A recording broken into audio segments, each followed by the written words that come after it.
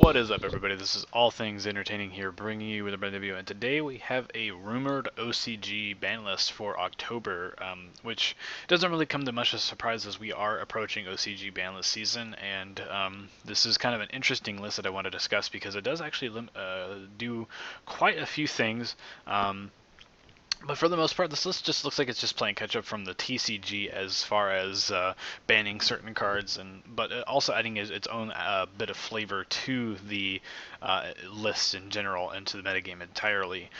So let's just jump right into what we see here. I see a few things that are kind of striking to me, but we'll go into that as we get to it. The first card we have here is Eclipse Wyvern ban. We already have this card banned in the TCG. This card was wreaking havoc as it was a major player in the Chaos Thunder Dragon variant of Thunder Dragons, as well as it just being kind of one of those cards that's just overall very abusable in a lot of Guard Dragon combos. We also see Guard Dragon Agapane just sort of floating around here. I guess banning Agapane makes a little bit more sense than just putting Pisty at 0 or LP at 0, because if you put either one of those cards at 0, you kind of just hurt the engine entirely, whereas if you just ban Agapane, you can still run Pisty and LP as sort of a small miniature engine that does other things, and then just special summoning a free extra deck monster for no reason whatsoever.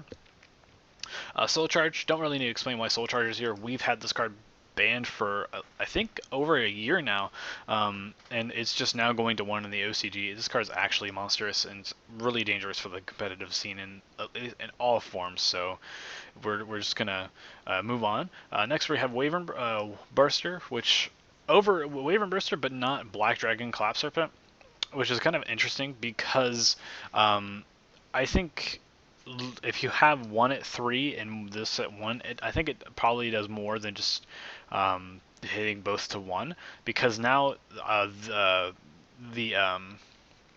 this becomes more of a Garnet than anything else in the long run. So I think it's just a very good hit overall. I think putting a Black Collapse Serpent though is better. One simultaneously is more effective because it just limits the range of that entire strategy. Dragonic Diagram. True Draco is considered a tier 2 deck in the TCG with this card at 3, so it's not necessarily going to be that impactful at 1.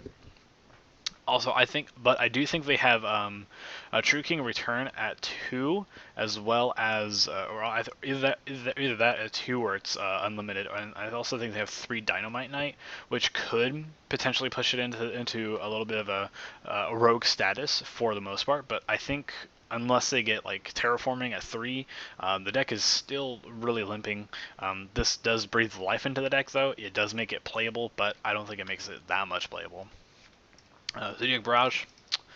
We don't really need to talk about why Zodiac Barrage is not that good of a card anymore. It's still very good, but Zodiacs are still kind of hurting the OCG. It's also really hurting the TCG as well. I think this card is one of the cards that makes the least sense for the TCG, so it's pretty good. 1, Yugioh at 1. We kind of want this to happen over here too. Having the ability to draw 8 cards during your opponent during your turn is absolutely insane, and get no repercussions from it is ridiculous. Missing Mine. Putting this at 7 limit wasn't that good of a strategy, especially considering the fact that I think they still have Metaverse at 3, but I could be wrong. This card is very strong. It's just too good. Lady Debug at 2. I'm not sure if this card was already at 1, to be perfectly honest with you. But if it is at 2, that just pushes the Salamangreats to be better.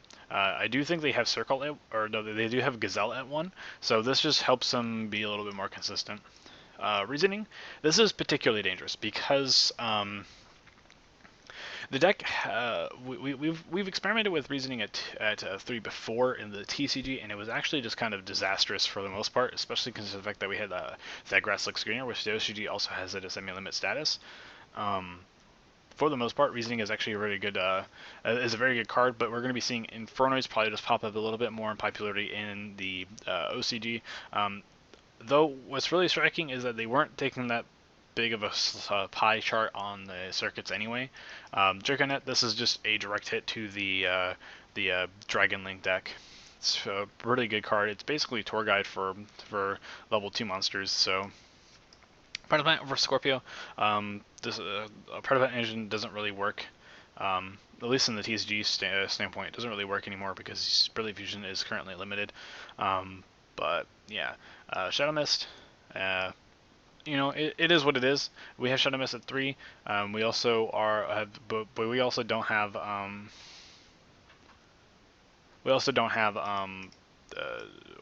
Shadows at 2. But you know, Spiral Resort. This card probably could come back to 2 and be fine. But there's a lot of restrictions to terraforming and metaverse in general to make this card significantly less consistent. This just makes the deck a little bit better. Interrupted Kaiju Slumber. We have this at 3. It's not doing anything. Limited removal. Pretty good. Not doing anything here though. ABC Buster Dragon. Again, we have this deck at basically full power now, and it's not doing anything here either. It did take, actually, let me scratch that. It did take a top 8 at a region, I think at YCS Portland, so it's pretty diverse for what it does. Solemn Warning. This card is already at 3, so they probably meant Solemn Strike in this situation.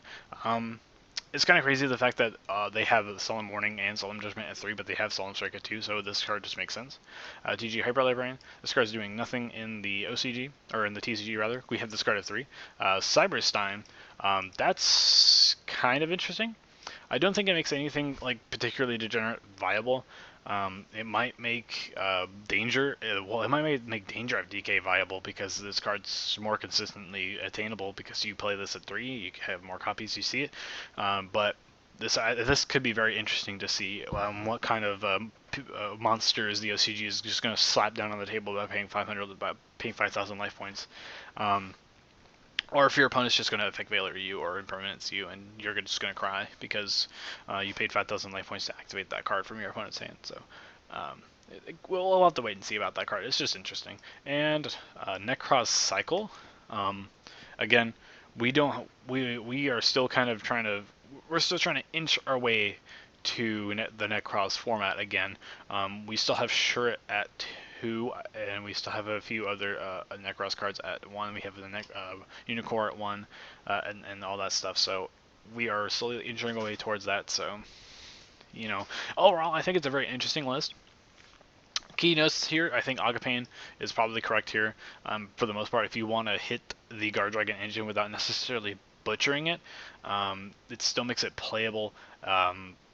But it is good. It's just not going to be summoning Crystal Wing or Hot Red Dragon Archfiend for no reason whatsoever. Saryuja, I think everyone is going to agree that this card should be at 1. I think Mystic Mind, everyone probably would be fine with this card at 1, but I think everyone wants this card banned. But I think people would just be fine with this card at 1. They'll just deal with it.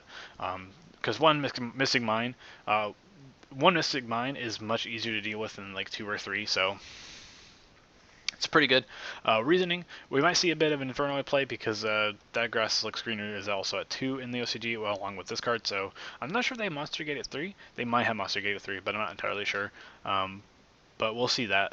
Draconet, just an interesting hit because of the fact that you're hitting the Guard Dragon Link engine. So, yeah, overall, tell me what you guys think about this list. Do you think this list has any validity to it whatsoever? Personally, I can see some of this stuff coming to fruition, but most of it probably just, spot touches and things that are probably easy to predict anyway. But anyway, if you guys did enjoy this video, please leave a comment in the comment section down below. Also leave a thumbs up on this video if you like this video, and I'll see you guys in the next video. This has been All Things Entertaining, signing out.